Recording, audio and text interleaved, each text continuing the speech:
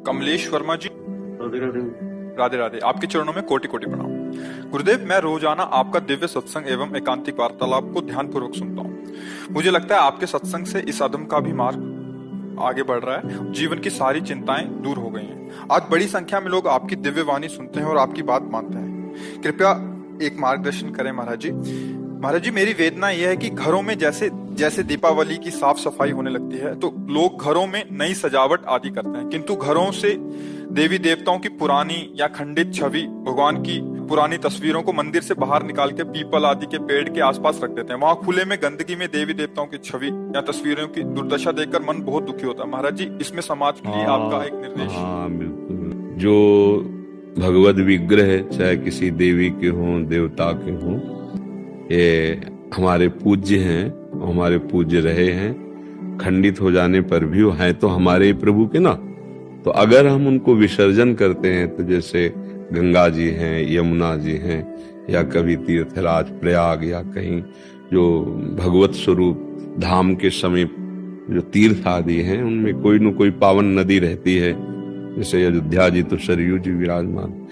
तब तक आप उनको घर में सम्मान पूर्वक रखिए जब तक आपकी तीर्थ यात्रा न हो।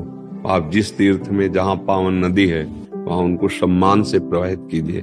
जैसे आप साधारण बात समझो, हमारा कोई प्रियजन शरीर उसका अंग भंग होके पूरा हो जाता है तो हम अंत्येष्टि क्रिया जैसे करते हैं ना, तो हम फिर ऐसे थोड़ी चौराहे पे छोड़ देते हैं, पीपल के नीचे छोड़ देते हैं। कोई पधार जाए तो ऐसे छोड़ देते हैं क्या?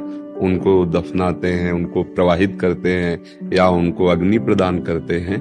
तो हमारे प्रभु के जो श्री विग्रह हैं, तो जैसे यमुना जी हैं, गंगा जी हैं, ये भगवत स्वरूप हैं। तो हम पुष्पमाला में ऐसे उनको आवेष्टित किया, नाव में बैठे और बीच में जाकर भगवत भाव से ऐसे उनको भी, ये हमारी पद्धति है। ऐसे जैसे मान लो लक्ष्मी जी, गणेश जी, देवी देवताओं की जो छवियां हैं वो खंडित हुई ऐसे और गंदगी पड़ रही, तो फिर आपके सुकृत नष्ट होंगे।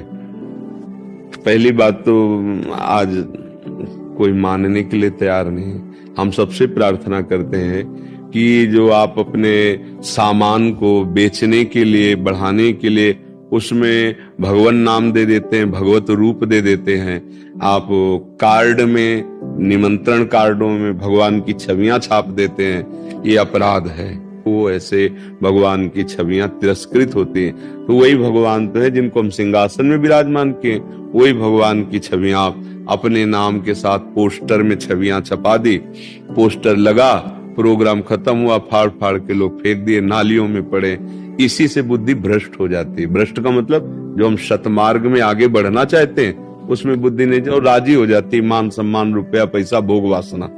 तो हमें तो यही लगता है कि सब ये प्रार्थना स्वीकार करें कि छवियों का पहले आदर करना सीखो।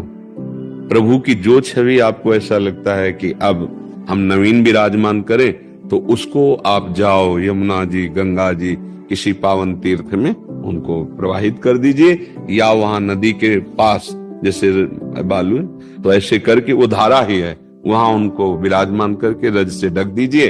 अब जब प्रवाह बाढ़ आएगी या जल में विसर्जित कर दीजिए, जैसा जैसा भाव बन पावे। पवित्र कोई सरोवर है उसके आसपास उनको ऐसे, मतलब अब वो अब प्रगट में कोई जीव तिरस्कार करे, अब जैसे पशु कुत्ता उसको तो ज्ञान है नहीं ना, आप पीपल के समीप रख दिए हो तो वहां लघु शंका भी कर सकता है। और जब खंडित मूर्ति है तो आदर बुद्धि से कोई देखता नहीं है, तो ये सब ठीक नहीं है। बहुत सुंदर बात है, एक लोक समाज की व्यवस्था की पवित्रता के लिए, भाव शुद्धि के लिए बहुत सुंदर बात है। जो भी छवि घर में विराजमान है, जब आपको उनको विसर्जित करना है तो किसी पावन नदी का आश्रय ले, आसपास वहां रज खोद करके उनको विराजमान कर ऊपर रज डाल दे, प्रणाम करे। या जैसे श्री विग्रह है तो फूल माला से आवेष्टित करके हृदय से लगा के प्रणाम करके ऐसे बीच धारा में ऐसे करें। ये बिल्कुल ठीक नहीं है कि घर के बाहर रख दिया, चौराहे पे रख दिया, पीपल के नीचे, ये तो बिल्कुल ठीक नहीं है। और इसका सुधार करें, नहीं तो बुद्धि गिर जाती है। अब बुद्धि अपवित्र हो जाती है। बुद्धि को अपवित्र होने में देर नहीं लगे। और अच्छा, ड्राइवर नशे में हो जाए ना तो पूरी गाड़ी चौपट हो जाती है। जिंदगी बहुत अमूल्य है और हमारी बुद्धि खराब होती चली जा रही है। बिल्कुल फ्री में प्राण दे रहे हैं लोग, फ्री में। गाड़ियों को ऐसे चला रहे हैं, बिगड़ा बिल मर गए। अब नशा पिए हैं, औरों को मारते हुए खुद मर, क्या हो रहा है? बुद्धि खराब हो रही ना।